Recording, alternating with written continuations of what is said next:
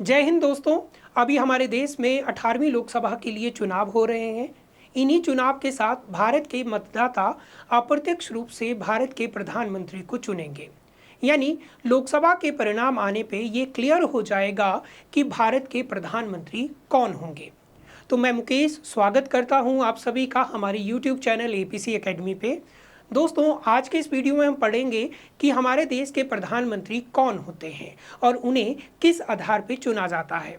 प्रधानमंत्री और लोकसभा का क्या संबंध होता है। तो चलिए स्टार्ट करते हैं इस वीडियो को। भारतीय संविधान के अनुसार भारत में संसदीय शासन व्यवस्था है। यानी हमारे देश में जो शासक होगा वो संसद के द्वारा चुना गया होगा। संसद की बात करें तो संसद के 3 अंग होते हैं, राष्ट्रपति, राज्यसभा और लोकसभा। इन 3 अंगों में से संसद के 2 सदन हैं, राज्यसभा और लोकसभा।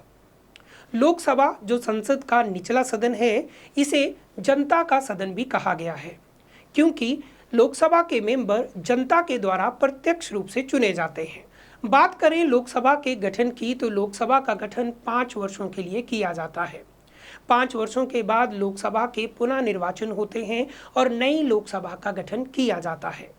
लोकसभा के चुनाव के बाद लोकसभा के नए निर्वाचित सदस्य अपने में से किसी एक को लोकसभा का नेता चुनते हैं। इसी नेता को राष्ट्रपति के द्वारा प्रधानमंत्री के रूप में नियुक्त किया जाता है।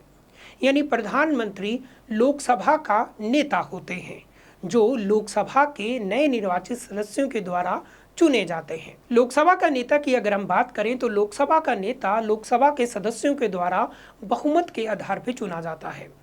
तो हम ये कह सकते हैं कि लोकसभा का नेता या प्रधानमंत्री लोकसभा में बहुमत प्राप्त दल का नेता होता है। जैसे कि 2019 में 17वीं लोकसभा के गठन पर एनडीए दल को, जो कि एक गठबंधन दल है जिसमें बीजेपी मेजर पॉलिटिकल पार्टी है, उसे लोकसभा में बहुमत प्राप्त हुआ।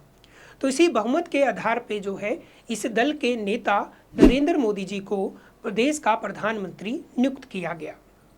तो प्रधानमंत्री बनने के लिए लोकसभा में बहुमत का होना जरूरी है।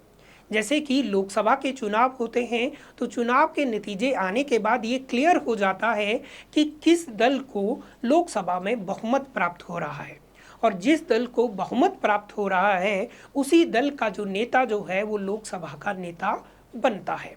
क्योंकि लोकसभा का नेता बनने के लिए लोकसभा में बहुमत प्राप्त होना जरूरी है, और जो व्यक्ति लोकसभा का नेता होता है उसी व्यक्ति को राष्ट्रपति प्रधानमंत्री के रूप में नियुक्त करते हैं। संविधान की बात करें तो संविधान के अनुच्छेद 75 में प्रधानमंत्री के पद का उल्लेख किया गया है।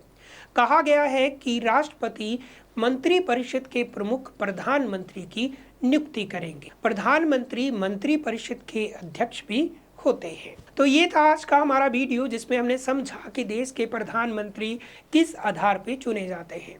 अंत में यही कहूँगा कि जिस व्यक्ति को लोकसभा में बहुमत प्राप्त होता है उसी व्यक्ति को आर्टिकल 75 के तहत राष्ट्रपति के द्वारा प्रधानमंत्री के रूप में नियुक्त किया जाता है।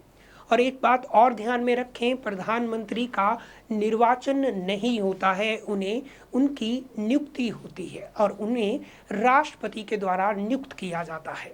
तो चलिए, ये था हमारा आज का वीडियो। होप सो कि आपको ये अच्छा लगा हो। अगर हमारा वीडियो आपको अच्छा लगे तो उसे लाइक, शेयर और कमेंट जरूर करें। आज के लिए धन्यवाद। Thank you.